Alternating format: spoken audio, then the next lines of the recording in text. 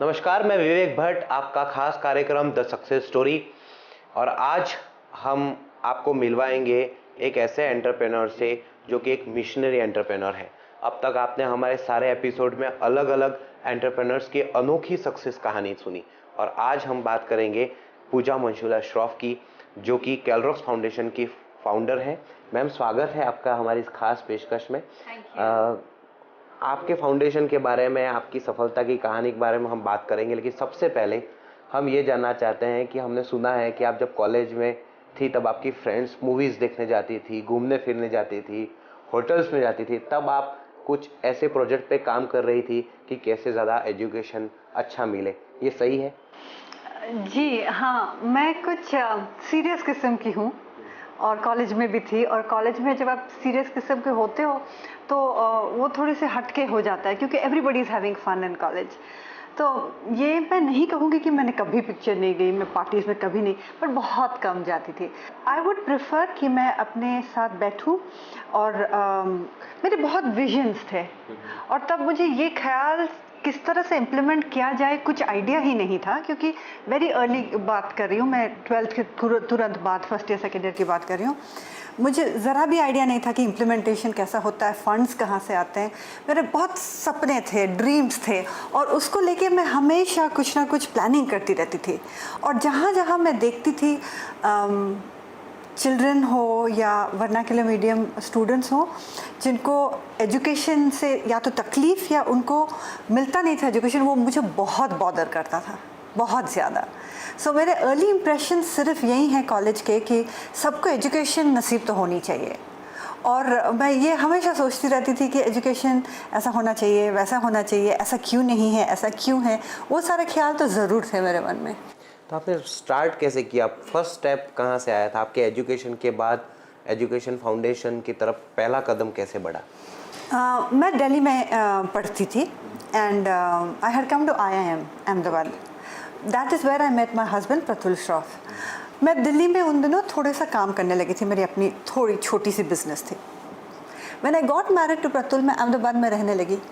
अब मेरा काम तो दिल्ली में था, ईमेल्स तो चलते नहीं थे, फ़ोन्स तो एक्सपेंसिव थे। तो मैं उन दिनों 10 दिन दिल्ली में रहती थी और 20 डेज़ यहाँ रहती थी। ओके।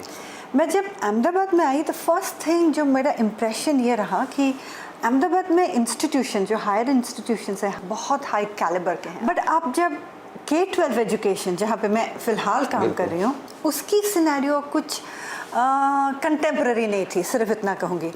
आई रिमेंबर एक मिस्टर लुगानी करके उन दिनों हुआ करते थे, वो RK-पुरम के बहुत फेमस प्रिंसिपल हैं, क्योंकि वो मैथ्स टीचर थे और उनके बहुत अच्छे रिजल्ट्स आते थे। तो he was like an icon Delhi में, और वो दिल्ली पब्लिक स्कूल के सेक्रेटरी हुआ करते थे। तो मैं गई, आई वॉज़ वेरी यंग, मैं जीन्स पहन के उनके पास पहुंच गई और मैंने कहा कि मुझे देखिए, मुझे एक स्कूल बनानी है अहमदाबाद में। एंड आई रिमेंबर उन्होंने ऐसे देखा मुझे, तुम स्कूल बनाओगी? मैंने बहुत कोशिश किया कि मैं to push my passion forward, और तो कुछ था नहीं, राइट। मेरे जो सपने थे, मेरे जो एस्पिरेशंस थे, मेरे जो पैशन थे, ही गेव मी आधा घंटा टाइम, और मैंने बहुत कोशिश की उनको कन्विंस करने के लिए कि मेरे में वो सब है जो वो एक सक्सेसफुल एंटरप्रेन्योर में देखना चाहते हैं। But he was not convinced.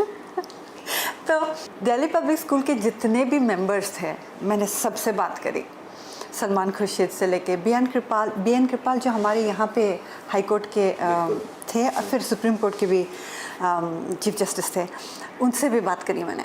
4-5 महीने बाद आई थिंक उनको लगा कि एक मौका दिया जाए, right. So that's how Delhi public school Ahmedabad में, जो यहाँ पे हम बैठे हैं, this is the first project जो हमने बनाया। ये स्कूल 15-16 साल पुरानी है। ये अच्छी स्कूलों में से अहमदाबाद की मानी जाती है, और बड़ी सी स्कूल है, 4-5 हज़ार बच्चे हैं। हमारे रिज़ल्ट्स बहुत अच्छे होते हैं, हमारा एडमिशन बहुत टाइट होता है यहाँ पे।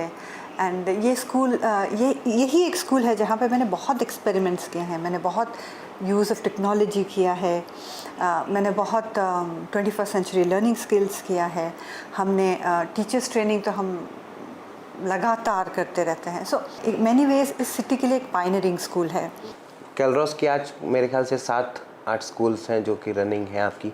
बाकी स्कूल्स कैसे आपने ओपन की और उसके अंदर आपने स्पेशल चिल्ड्रंस के लिए भी आपने एक स्कूल बनाई, तो ये आपके जहन में कैसे आया कि एक स्कूल ऐसा भी होना चाहिए जहाँ पे स्पेशल या डायलिसिस वाले बच्चे पढ़ें? पहले तो मैं सीख रही थी कि स्कूल्स कैसे रन किया जाए, अच्छे स्कूल का पैरामीटर्स क्या हैं, क्राइटेरियाज क्या हैं। अभी भी मार्क्स का बहुत महत्व है, बट 10 साल पहले तो और भी ज़्यादा थी। तो 10वीं तक जब बच्चे आए ना, तो 8th से बच्चों को स्क्रीन करना सारे स्कूल शुरू कर देते थे। 8th से अगर बच्चा परफॉर्म नहीं करता है तो 9th में उसको टीसी दिया जाएगा, क्योंकि अब रिजल्ट्स तो इफेक्ट नहीं होनी चाहिए स्कूल की, क्योंकि स्कूल की इमेज रिजल्ट से बनी रहती है। सो 8th में जब ये स्क्रीनिंग प्रोसेस होता था, मुझे बहुत डिस्कम्फर्ट होती थी कि अगर हमारे बच्चे जो हमारे पास 6 साल 7 साल से पढ़ रहे हैं, हम उनको जाने देते हैं तो उनका कौन मदद करेगा। और दूसरी बात, ये ऐसा क्यों होता है कि कुछ बच्चे ऐसे क्यों हैं कि लगातार उन पे काम करने के बावजूद उनकी मार्क्स या उनकी जो इम्प्रूवमेंट जिस तरह से आनी चाहिए, जो बाकी बच्चों में आ रहा है, वो क्यों नहीं आ रहा है। वो एक सिंपल सा सवाल से मैं डिस्लेक्सिया तक पहुंच गई, क्योंकि I start to find out that ऐसे कुछ बच्चे हैं जो कि बहुत ब्राइट हैं, पर वो आम काम नहीं कर सकते, जैसे शूलेस नहीं बांध सकते। आप यहाँ से उनको बुलाते हैं, उनको नहीं पता पड़ेगा कि यहाँ सुनना है, वो उस तरफ देख सकते हैं, राइट। सो ये सारे सिम्टम्स हमारे पास भी बच्चों में होते होंगे जो हम मिस करते थे।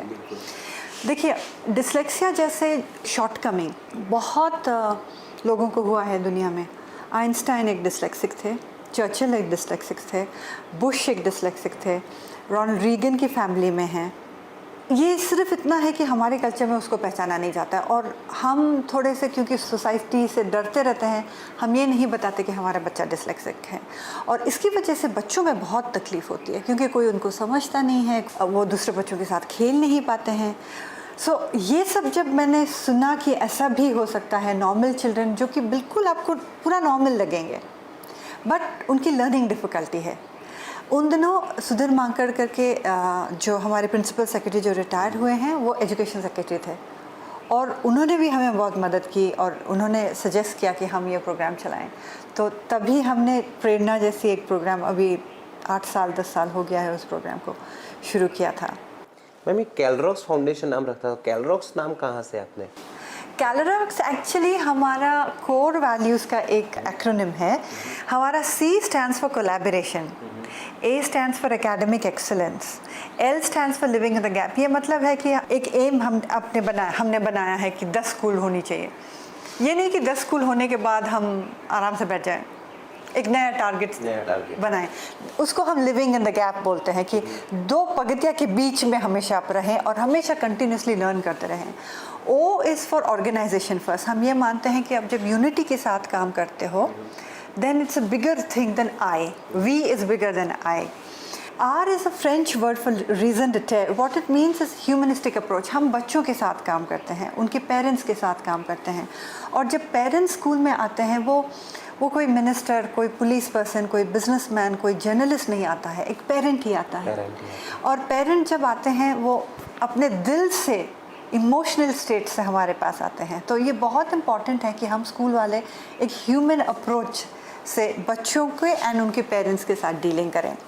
और जो X है, वो एक हमारे बिल गेट्स ने thought at the light of speed करके बुक लिखा था, वहाँ से हमने थोड़ा सा लिया है। X फैक्टर हमारा है, which is speed with accuracy. हम जो काम करते हैं वो फास्ट तो करें ही, बट एक्यूरेटली किया जाए। तो वही आपने किया है अभी तक। वही